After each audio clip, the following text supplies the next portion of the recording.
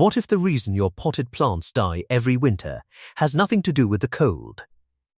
Most people believe pots just aren't built for perennials, that containers are for annuals, only the kind you buy every spring, enjoy for a season, and toss in the fall. And every single year, they repeat that cycle.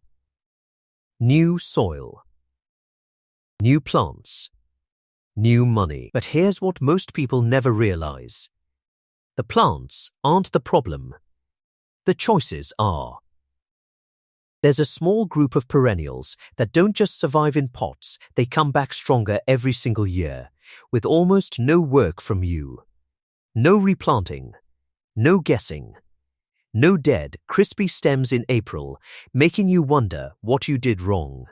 By the end of this video, you'll know exactly which 7 plants to put in your containers, so that spring becomes the easiest season of your gardening year, not the most expensive one. And stick around for number 4, because it's the one plant most people accidentally kill without ever knowing why. Let's fix this. Why pots are different? Before we get into the list, you need to understand one thing, because it explains everything that follows. A perennial in the ground survives winter because the soil around its roots acts like a thick blanket. The earth holds on to warmth. It buffers the cold. A pot doesn't have that luxury. Think of it this way: a plant in the ground is sleeping under a comforter. A plant in a pot is sleeping outside with only a thin sheet. The exact same plant, the exact same winter, but a completely different experience for the roots. That's why so many hardy perennials die in containers, even though they'd have been totally fine in a garden bed. It was never about the plant being weak.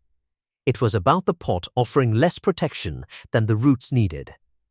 So the plants on this list aren't just perennials. They're perennials tough enough to handle that thinner blanket. Keep that in mind. It'll make every choice on this list make sense.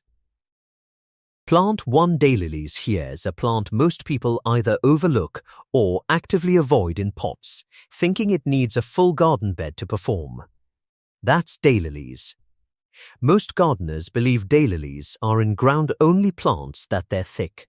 Spreading roots need open soil to spread out and thrive. But here's the surprising part. Daylilies don't actually spread wide before they bloom. They bloom first, then slowly expand.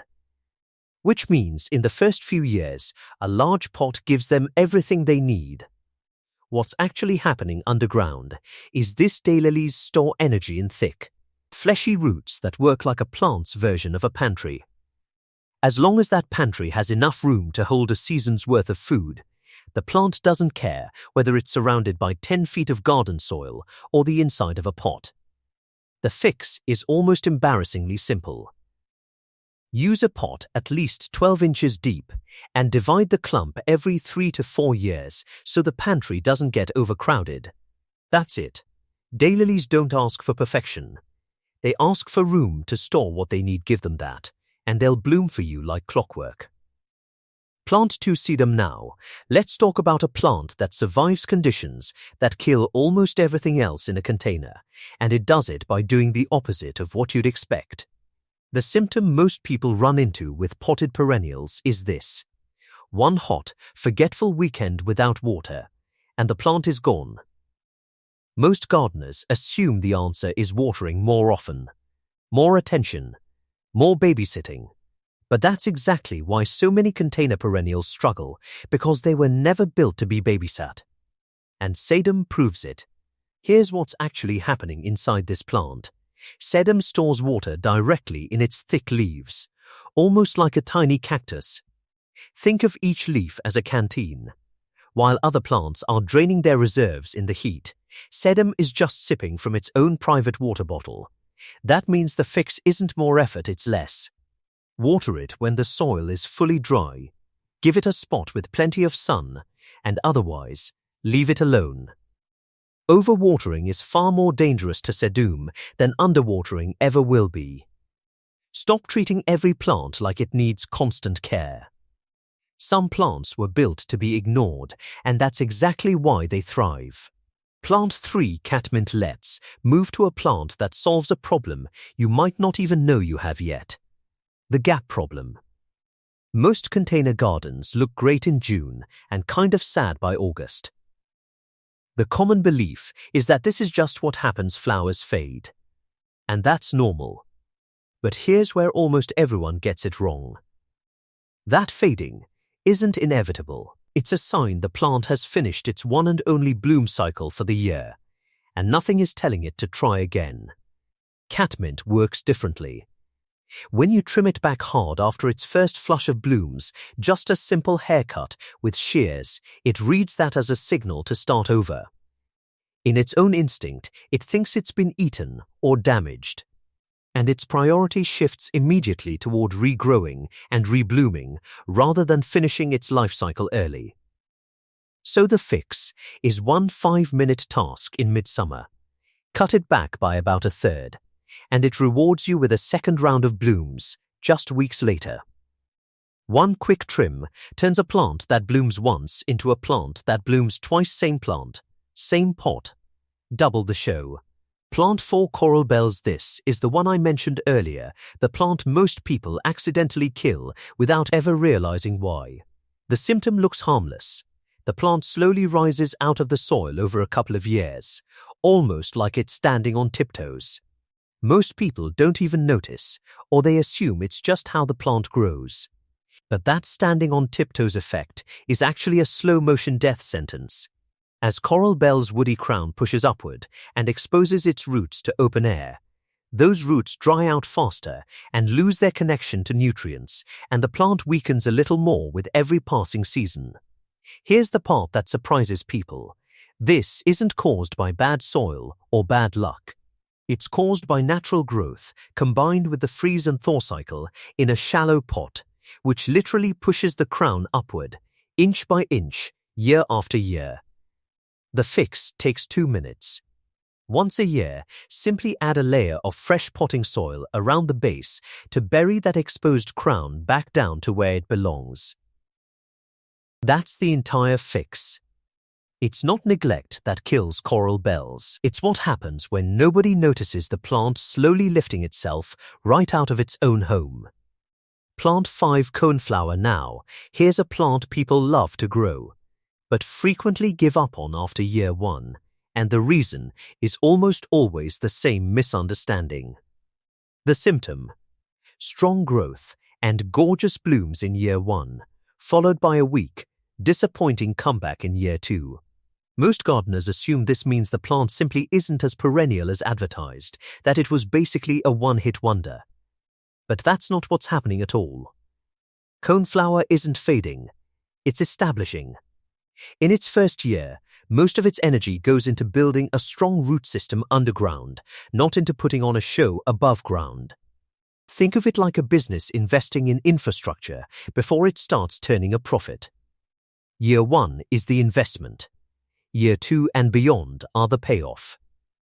The mistake that actually kills the payoff is cutting the plant back too early or too hard in fall, before it's finished storing energy in its roots for winter. The fix is patience, not effort. Let the plant die back naturally in autumn, and resist the urge to clean up the pot too soon. In spring, it comes back thicker than before. Coneflower isn't slow to bloom, it's smart about when to spend its energy. Let it finish investing, and it will keep paying you back for years. Plant 6 black-eyed Susan. Let's talk about color that refuses to quit, and why that's actually a double-edged sword in a pot. The symptom here is different from the others. This plant blooms so enthusiastically that it can quietly overwhelm its own pot within 2 or 3 seasons. Most people think more blooms simply means healthier plant. At first, that seems helpful, doesn't it? But here's the twist: all that enthusiastic blooming and self-seeding means the plant is constantly producing new seedlings that compete with the original plant for the same limited soil, water and nutrients in that container. Eventually, the pot gets crowded, and everyone, including the original plant, starts blooming less. What's really happening is a game of musical chairs in the soil, and there simply aren't enough chairs for everyone. The fix is simple: seasonal editing. In early spring, thin out the extra seedlings and keep only the strongest 1 or 2 plants per pot.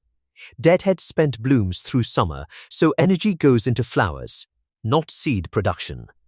A pot bursting with life still needs a little editing otherwise. Success becomes the very thing that crowds it out. Plant 7 dwarf astilbe for our final plant. Let's solve a problem almost everyone has: the shady corner that nothing will grow in. The common belief is that shade and containers just don't mix well with perennials, that anything you plant there will be leggy, sparse, and disappointing. But here's the real problem: it isn't the shade. It's that most shade-tolerant perennials still secretly want more moisture than a sunny spot plant would, and containers dry out fast. So people plant a shade lover, forget that it still needs consistent water, and blame the shade when the real issue was thirst. Dwarf astilbe actually thrives in this exact setup because it's feathery. Plume-like blooms are built for consistently moist, shaded conditions, the container equivalent of a forest floor. It's not fighting the shade, it's made for it. The fix is simply matching expectations to reality. Keep the soil consistently moist, never bone dry, and place the pot somewhere it gets that dappled, indirect light. That's the entire formula. The shady corner was never your enemy. You just hadn't given it a plant that was actually built to live there. So here's the truth behind almost every "my perennials died in pot" story. It's rarely about having a black thumb. It's usually just 1 or 2 small mismatches: the wrong pot depth, a missed haircut, an exposed crown, a little too much impatience in the fall. You don't need to overhaul your entire container garden this weekend. Just pick 1 plant from this list, get it in the right pot, and let it prove to you that perennials and containers can absolutely work together. Next spring, instead of starting from zero, you'll open your patio door to blooms that showed up completely on their own because you gave them exactly what they needed once, and let them do the rest. If this saved you a trip to the garden center next spring, you know what to do: hit subscribe. And I'll see you in the next one.